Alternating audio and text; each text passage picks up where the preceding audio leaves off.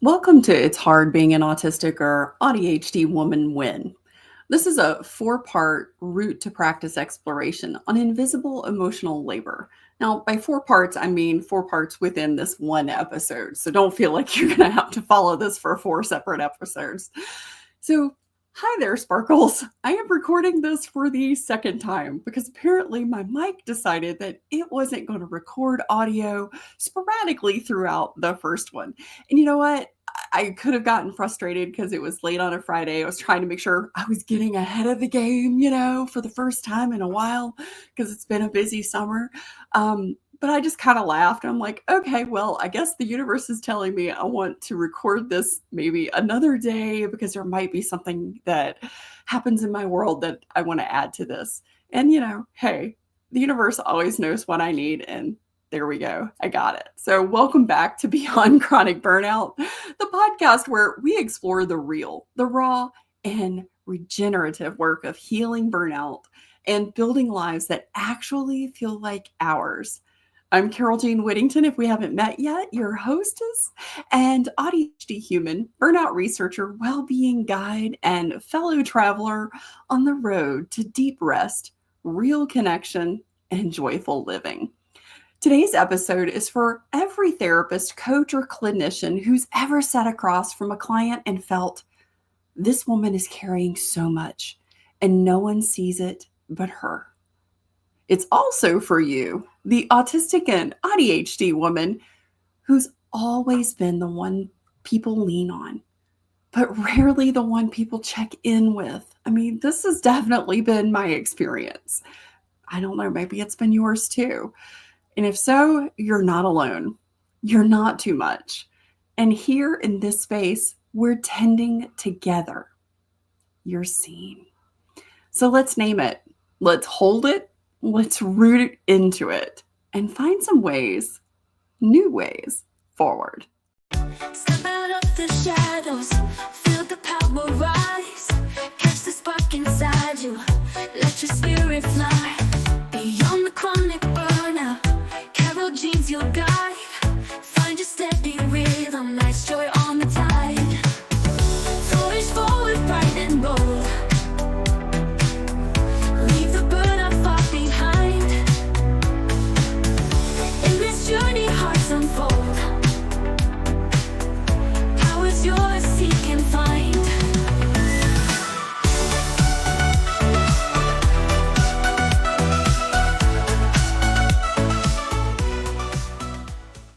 Join me for a short guided meditation to ground and connect with your wonderful self as we prepare the soil.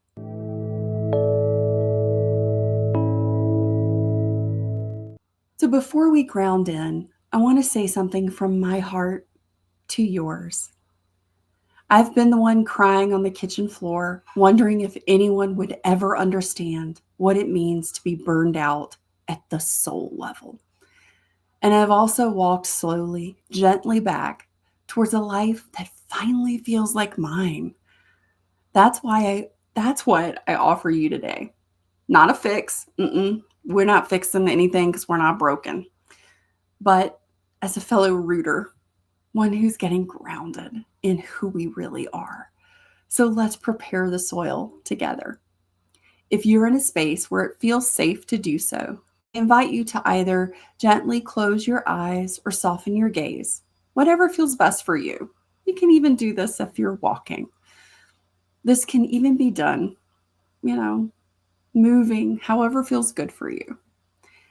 Place a hand on your heart and one above your navel on your abdomen. As you inhale, feel your breath and the rise of your abdomen. And as you exhale, feel it fall. No need to change or adjust anything unless that feels good for you. You're just arriving right here, right now. A gentle inhale and an exhale. Perhaps drop your shoulders, open and close your jaw. You can even explore softening the muscles around your eyes. Let these words flow through you. I do not need to prove my pain to be worthy of gentleness. I do not need to prove my pain to be worthy of gentleness. Rest is not a reward, it is a return. Rest is not a reward, it is a return. Even when unseen, I am real. I matter. Even when unseen, I am real. I matter. I invite you to take one more breath gently in and out. And when you're ready, return to the room. Wiggle your toes, stretch, perhaps roll your neck. And if you closed your eyes, open them in this inviting moment of comfort. This next section began as a list that I came across as part of the Enneagram. And when I started to read this, it resonated, like bone deep, all the way through resonated. And I've been going back, sort of revisiting, journals and just experiences of how I felt when I first began this journey out of burnout, not knowing, not even having a name for it as burnout, but just like, I'm so tired, I'm tired of life sucking, and I just want to feel better. That's where I was. And as I came to know my Enneagram, and as I studied, and I have thousands of hours now over the last decade into the Enneagram, in order to guide my students and our unveilers, so many of these experiences of when things are really hard resonate so deeply. And it's the kind of tired that doesn't go away with a nap or a third or fourth cup of coffee. And it really is something that is part of our well-being journey, to acknowledge and hold space for what's hard. Because sometimes I think we want to bypass it. We want to move past it so quickly because it's painful. We want to try and fix it and get out of it and stop feeling that way. And this list of why it's hard being an autistic AuDHD woman is rooted in the Enneagram. And I shared this list earlier this week in a carousel. Some of them, I don't know that I shared all of them. And so many people were resonating with this. I was getting DMs and emails going, oh my gosh, Carol Jean, me too. Like, you nailed it. This is how I have definitely been feeling, or how I have felt. So I turned that list into something we could use in our healing, in our clinical work, in our self-remembering. When I read that line, you're exhausted from carrying the weight of what everyone else feels or seems is fine, and they're okay ignoring it. That happens still, I think.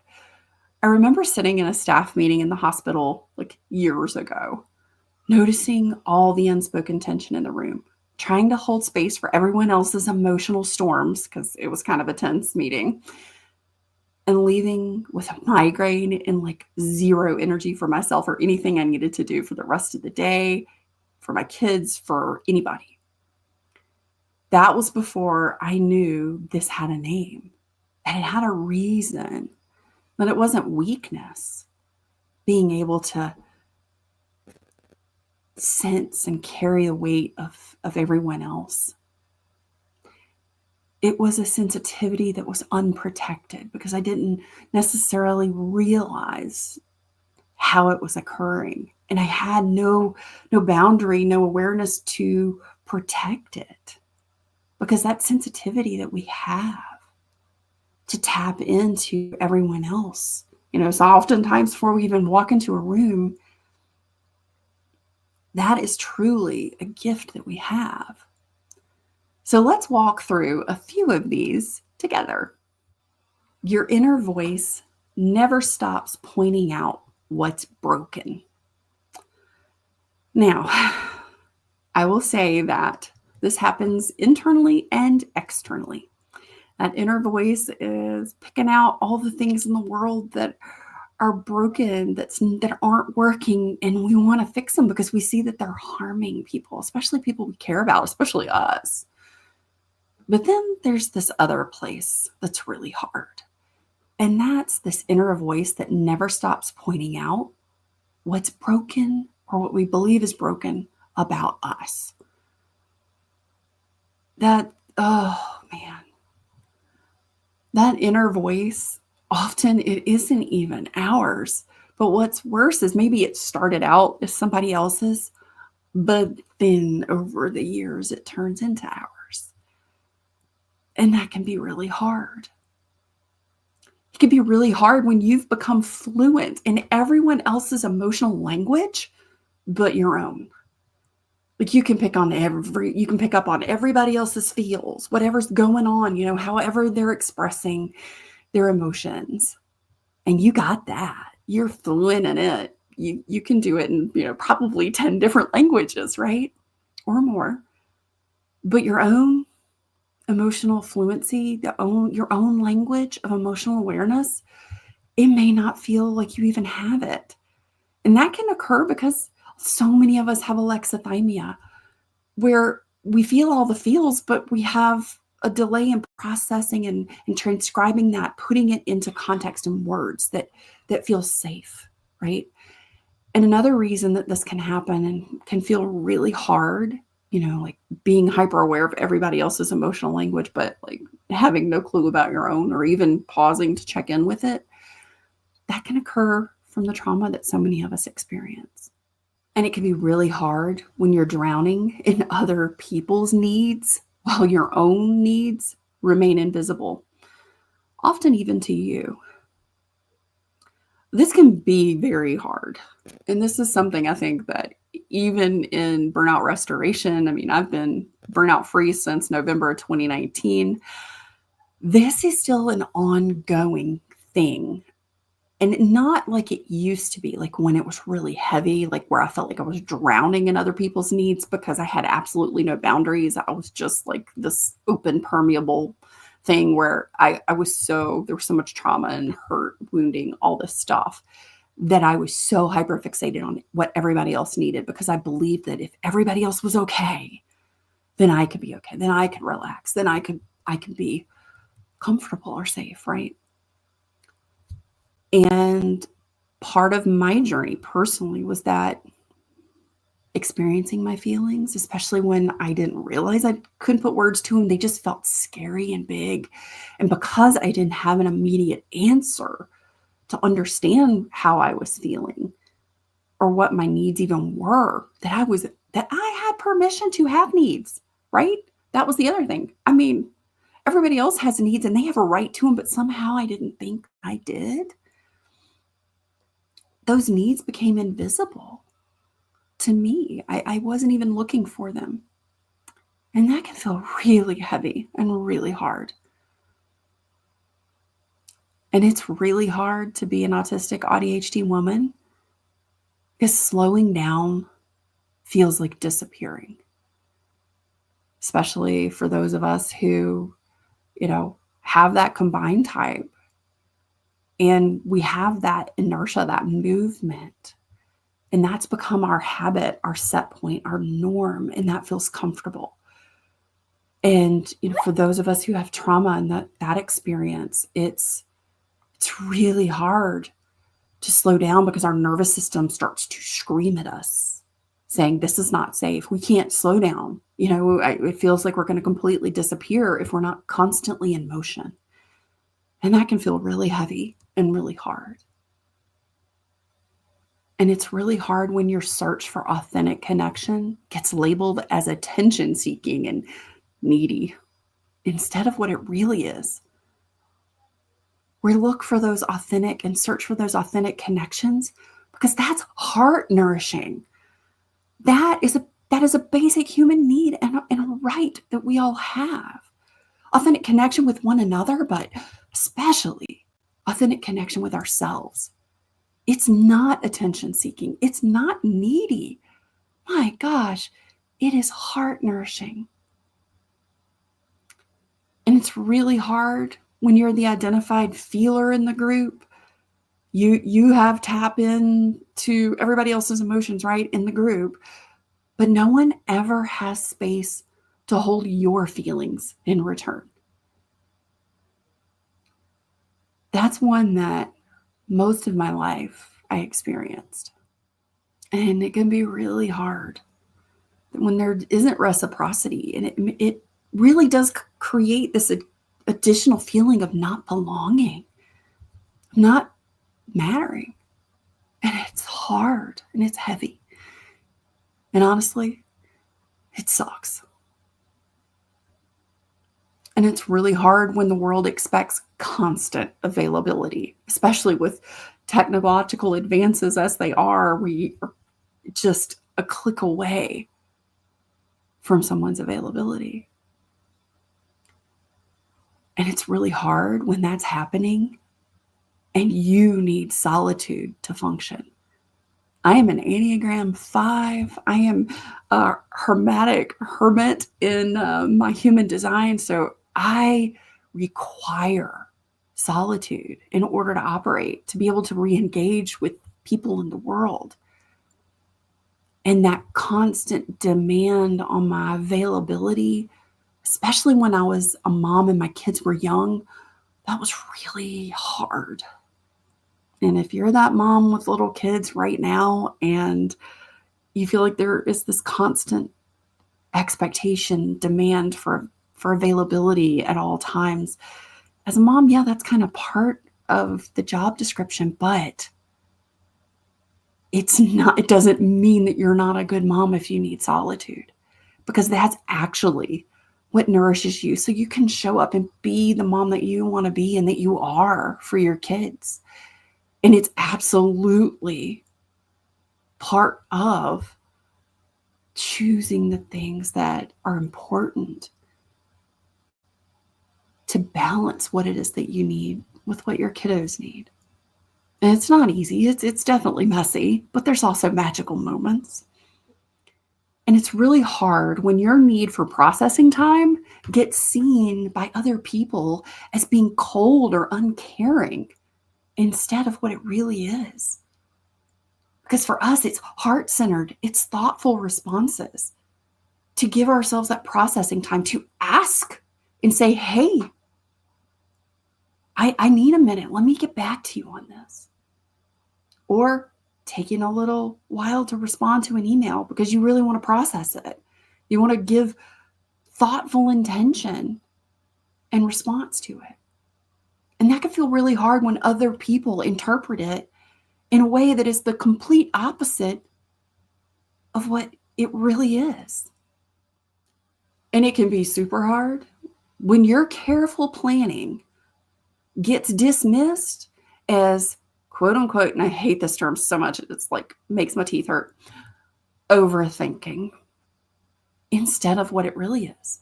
That careful planning that you put in that gets so easily dismissed as overthinking, my darling Sparkle, that is wisdom. And when others don't recognize it or honor it, that's sad and that's hard and it's frustrating. And it's really hard when you're trying to create safety for everyone, but you get labeled the problem for noticing potential risks. You get called sort of the Debbie Downer. You get the side eye and the groan from the people that you're trying to create safety for when you bring up the potential things that could harm them because you see them maybe before they do. And because you care about them, you're mentioning these things to protect them. But instead, you're Debbie Downer. You're the problem. You're the negative Nancy. And that feels really hard. People aren't seeing the gift that you're providing. And sometimes It's about the timing of when that comes into the conversation. You know, it's not necessarily at the very beginning. Sometimes you got to have that hype and that energy of, yes, this is a great idea. And then when you get in to the planning and the detailing, that's where some of these potential risks really serve best. It's sort of what I learned the hard way. And it can be really hard when you're carrying years, sometimes decades, of unprocessed pain and hurt. But stopping to feel it is terrifying, and it's never felt safe. Stopping to feel the feelings or even figure out what the feelings are, even the good ones. That unprocessed pain and hurt, the emotions, the thoughts, the experiences, all of it. It's really hard to feel that discomfort, that terrifying response, that feeling of being unsafe. It's really hard when you're an AuDHD or autistic woman and your protective instincts get seen as aggression instead of advocacy. There's so many, justice-oriented folks in our community. It's almost just such a very common trait, operating belief, justice, being fair, being equal and right. And those protective instincts that we have for the people that we love and people we don't know, but we see are being taken advantage of or they're being hurt. And we want to stand up. We want to advocate. We want to say, hey, hold up, pause for just a second. Before we just go plowing over, this particular thing, let's check in with this. And that awareness, that advocacy, that beautiful gift that we have, when it's misinterpreted and it's seen as aggression and just, radical and all of these things, in a negative light, that can be really hard. And finally, the last one I want to share is it can be really hard and it can feel really heavy when you absorb everyone's emotional landscape until you can't find your own compass. It can be really overwhelming when we are so attuned to everyone else's emotional landscape. We feel it before we walk into the room, right? We can look at somebody and we immediately can read everything happening in their brain. We can physically feel it. And in the process, we lose our own internal compass for how we're feeling because sometimes other people's emotions feel so much bigger than the ones that we have.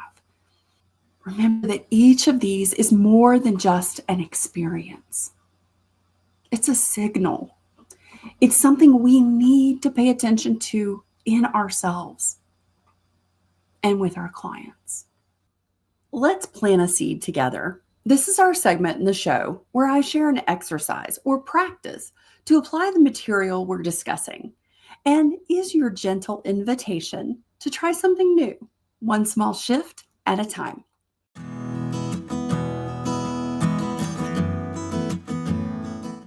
So here's your practice for compassionate curiosity. Choose one statement from the list that felt especially true for you from the "it's hard being an autistic AuDHD woman" win. If you'd like a download of the list and a worksheet for this segment, you'll get this list and worksheet plus more as a subscriber to the Recharge Library and newsletter. So here's our practice. Write down the phrases, the statements, "this is hard" that felt especially true for you. And under each one that you chose, or if it's just one, that's fine. There's no need to have the whole list, but because I know it's easy to go, okay, the whole list felt relevant, Carol Jane. So I can't necessarily say which one. That's okay. Just kind of tap in for a sec. That's why that prepare the soil really helps kind of get us here, grounds us a little bit, allows a little space in our brain and our body to respond. So maybe read back through the list again and then notice after each one, how does your body respond? Maybe what are the thoughts or the phrases that you have? Maybe one has a lot more chatter that goes with it. Choose the one that really feels especially true for you, maybe using some of those signals. And if it feels aligned for you, I invite you to write this statement as your prompt.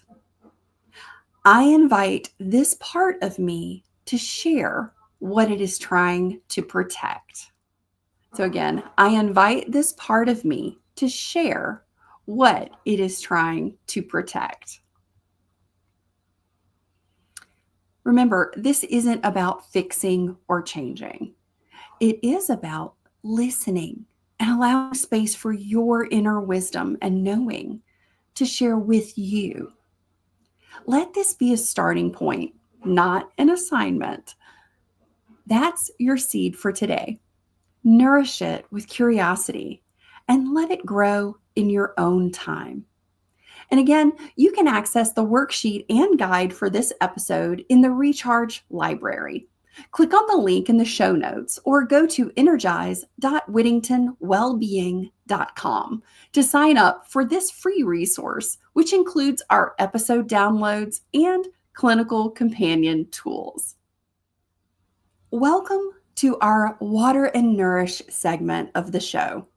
These are your reflection prompts to deepen today's insight and support sustainable self-discovery.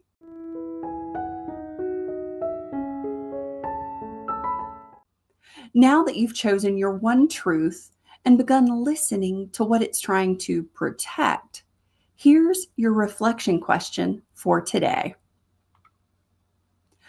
What would it feel like to be witnessed without needing to explain? It's powerful, right? How often have so many of us felt like we have to explain in great detail just to be understood? So again, that reflection prompt is, what would it feel like to be witnessed without needing to explain?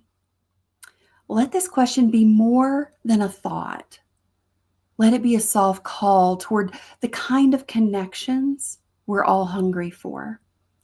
Because in our tribe, our circle of fellow feelers and noticers, we don't need to justify our depth. We just need room to be. Let that land. Where do you feel it in your body? Who in your life might offer that kind of space? What would it look like to offer that space to yourself? That space where you are allowed to feel whatever it is you're feeling and just to witness it without needing to explain it or make sense of it. What if you extended that space to yourself? This is where nourishment starts, in being with what's real without rushing to change it. Let your reflections unfold with gentleness because your healing deserves time and tenderness. Welcome to Root to Practice, the segment in the show where we take the insights from today's episode and ground them into real-world tools for your work as a helping professional. Let's translate theory into meaningful, neuro-affirming care.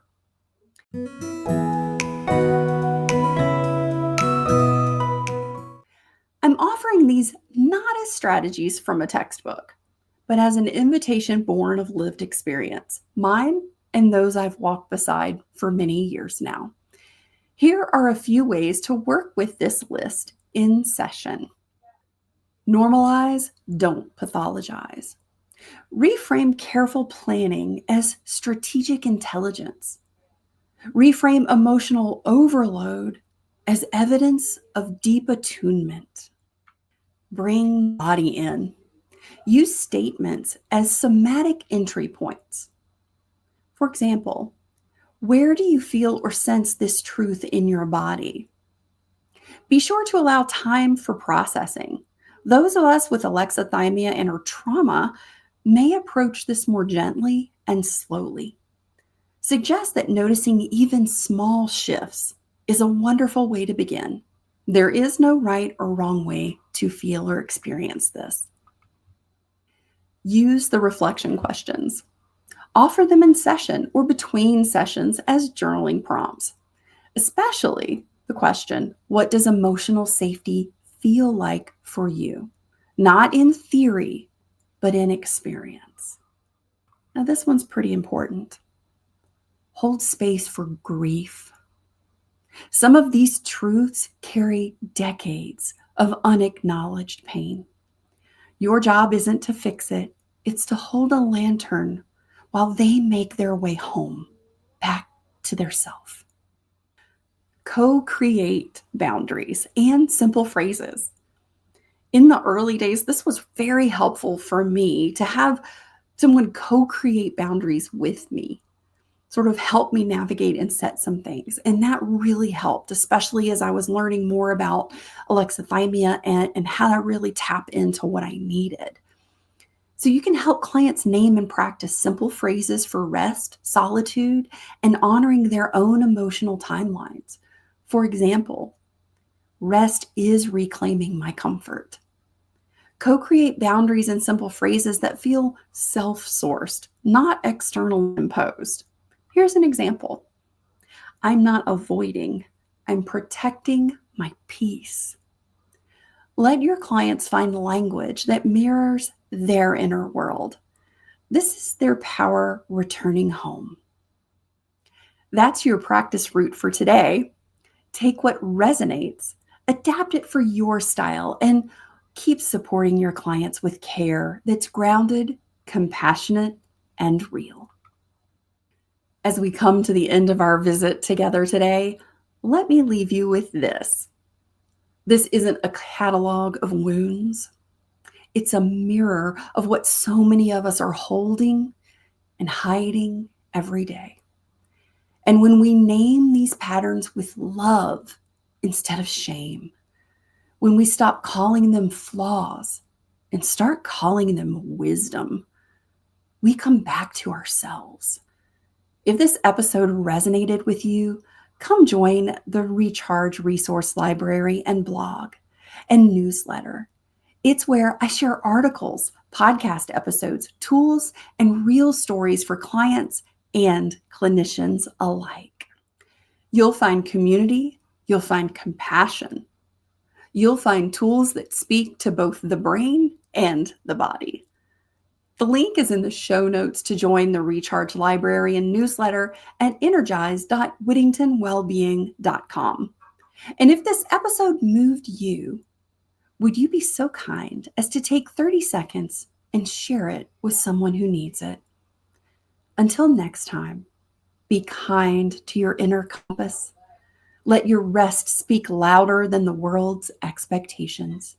And remember, you don't have to figure it all out alone.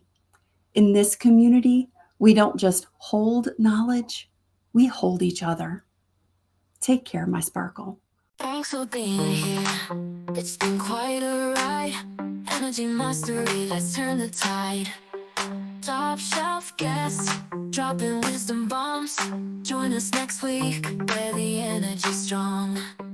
Beyond chronic burnout, we're breaking free.